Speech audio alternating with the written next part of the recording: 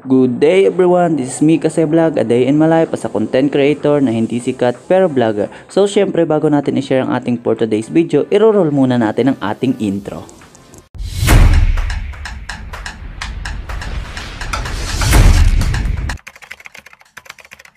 So for today's video nga pala mga kasi ay maaga tayo naggising kasi nga meron tayong pupuntahan. So hindi ko sasabihin kung saan tayo pupunta pero makikita nyo mamaya kung saan tayo pupunta. Syempre pagkagising natin kailangan natin tiklopin yung ating higaan. Ayan, so maaga yan, siguro mga alas 9 ng umaga o diba ang aga, sana all.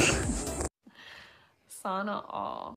So syempre pagkatapos nating imisin yung ating hinigaan, lumabas na rin ako dyan para magkape. At habang nagkakape ako dyan, nag-iisip talaga ako dyan kung tutuloy ba ako doon sa pupuntahan natin. Kasi nga napakahaba ng pila doon, parang tinatamad ako. Kaso no choice talaga ako kasi nga hindi pwedeng pumila yung aking lola kasi nga medyo pagayong mata. So at dahil no choice na nga tayo, niyaya ko na rin tong ating magiging driver kasi dyan tayo sasakay sa kanyang magic motor. Kasi nga pagayong mata ng ating lola, so hindi siya pwedeng sumama para pumila doon. Kasi nga napakatagal at napakahaba talaga ng magiging pila doon. Kaya nga, ayun, tayo na rin talaga yung pupunta kasi nga, ayun, no choice tayo eh.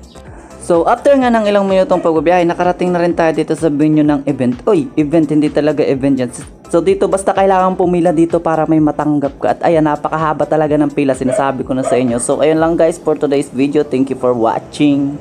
Bye bye.